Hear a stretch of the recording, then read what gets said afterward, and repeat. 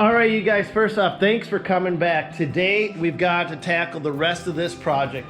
We're gonna be wrapping up the dry creek bed, but then we're gonna be building that ramp so we can gain access to the upper terrace of this retaining wall and fixing the grade so that we don't have any more water flooding into the house. We're also going to be tackling that big washout, wrapping that up, and then starting on this pond, removing that and getting that prep to turn into a patio. So let's just dive right into this very first part and wrap up this dry creek bed.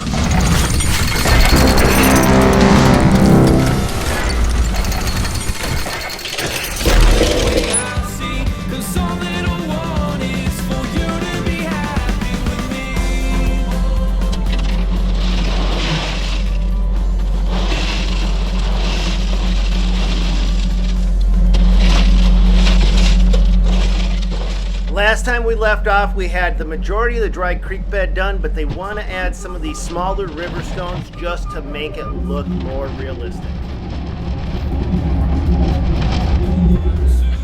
Okay, well, fun little development.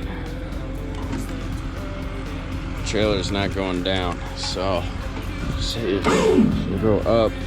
Let's see if we can figure out what's going on with it.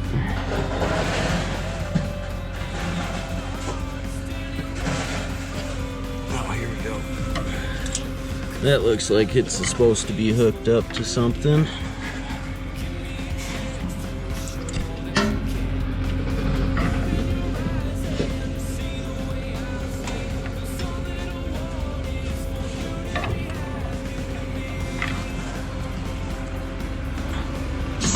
Ooh, there we go.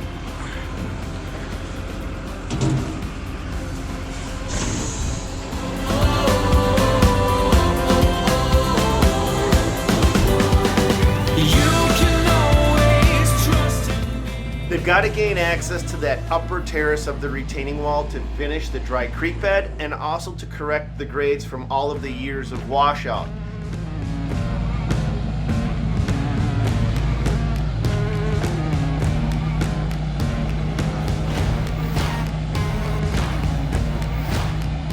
So we have two options. We could pull the wall apart and then build the bridge, or we could bridge over the wall.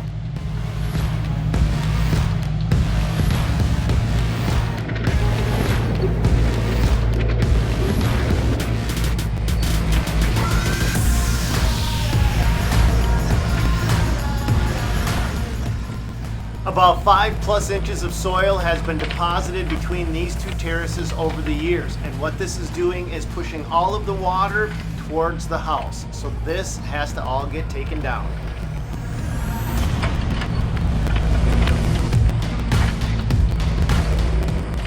But before it gets hauled out, it's going to be used to build the ramp.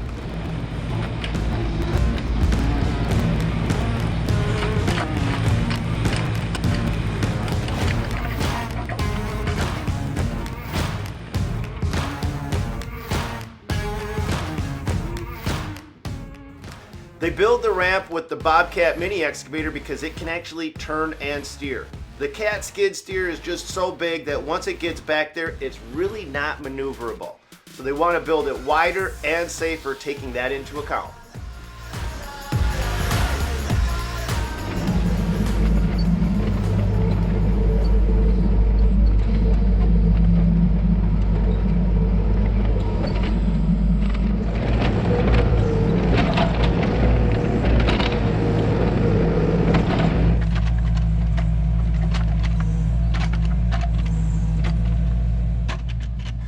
They back up the ramp because it's just a bit steep and you'll get better traction going backwards. And if that Cat skid loader did happen to go for a ride, the drop off on the neighbor's side is quite a bit.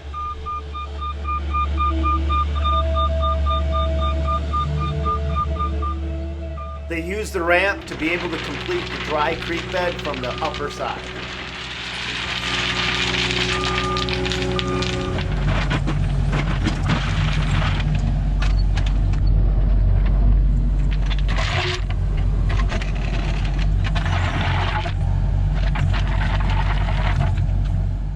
It may seem slow at first, but using the Mini X is still our fastest option to move this rock.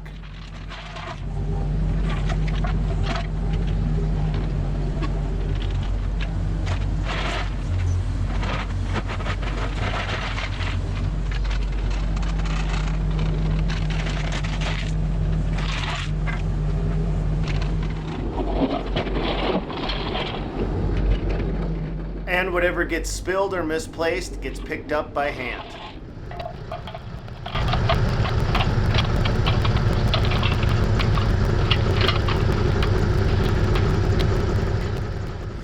And of course, it's always a smart move to put the guy with the sloppiest pins on the machine into the tightest job sites possible. Why wouldn't you do that? Thankfully, it was the wall and not the house. Next bit. We got this big old deck here. We need a regrade under here.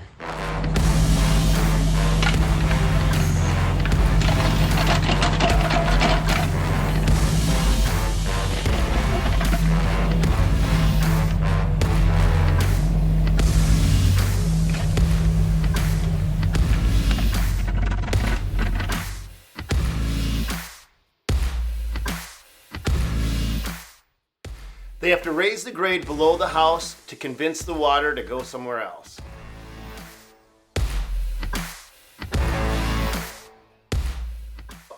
As soon as they're done with this, they're going to tackle the big washout on the wall. Let's go take a look at that. All right. Next thing we're going to be doing is we're going to be filling in this big washout. Well, you can see we got a big old hole here. It's about 3 feet from the top of our wall right here to the bottom. It's coming this way. To stabilize this area and keep the soil from washing through the face of the boulder, Sam lays out some new fabric. Now Blaine's got to backfill it, but he's doing it blind. From his vantage point, he can't see anything behind that wall, so Sam has to be his eyes.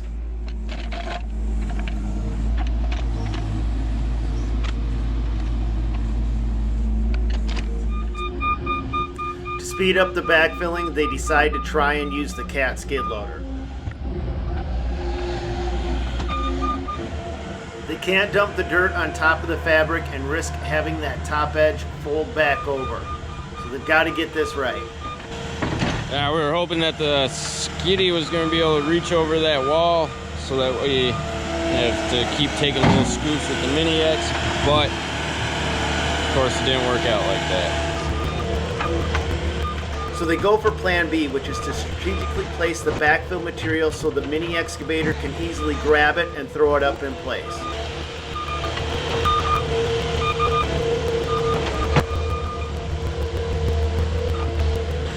All this material has to be removed whether it gets used behind the retaining wall for backfill or not. It's all been washed down the hill and deposited here over the years, so this excess must be removed.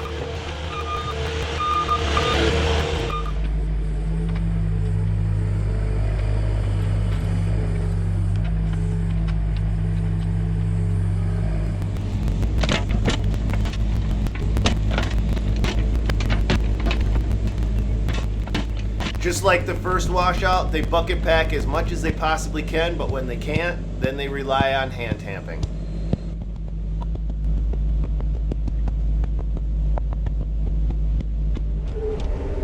More fill is washed down the hill than they can use as backfill, so that gets loaded up and hauled away.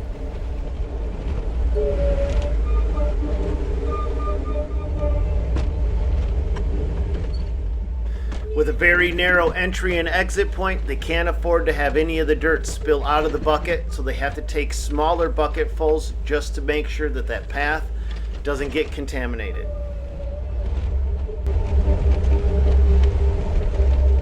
If the soil spilt there, it could go directly down into the neighbor's house and yard.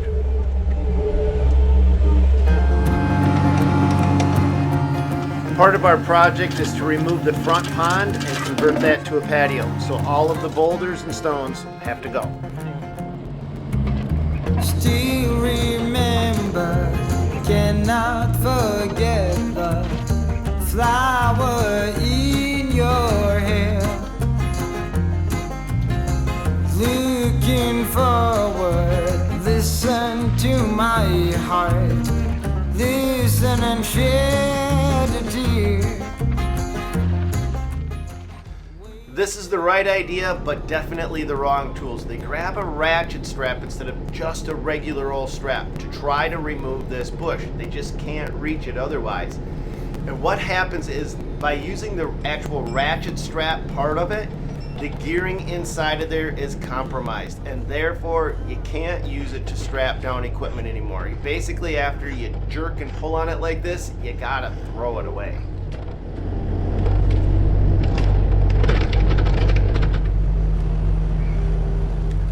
This particular ratchet strap is called a quick loader, and the spring inside of it actually pops. Yeah, I was kind of worried about that with these things. Yeah. So Blaine opts for plan B, which is to carefully crawl the excavator up as tight to the house as he safely can, and hopefully be able to reach the bushes and shrubs that pluck them out.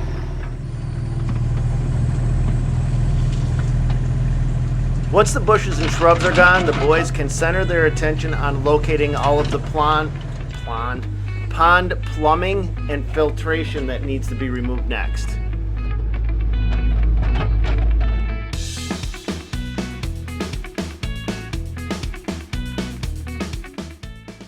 They're going to build a patio in this exact spot so nothing can get left behind. They've got to carefully sort through all of the material to make sure that they get everything out.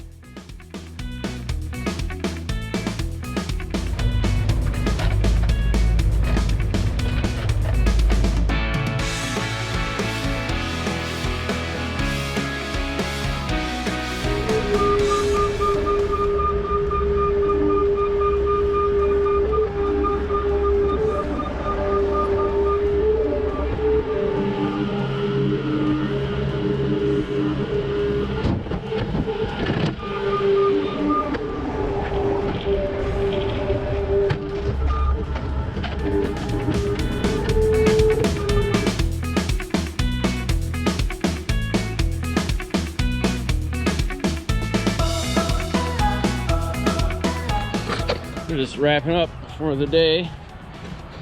So we got, the pond is gone. All the pumps, all that stuff is out of there. And so the next step in the morning, we're just gonna keep getting rid of all of this junk.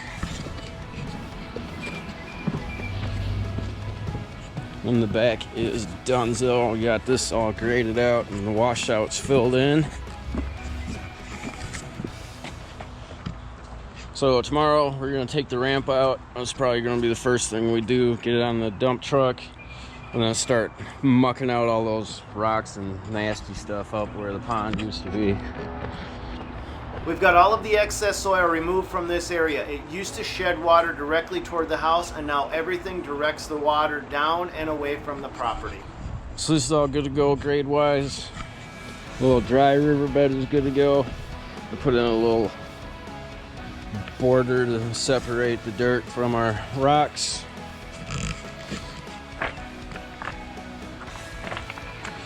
And then if you guys remember, this was the problem spot right up here. Right back here, this was our 3-foot deep washout right back here. But we had 3 days of rain.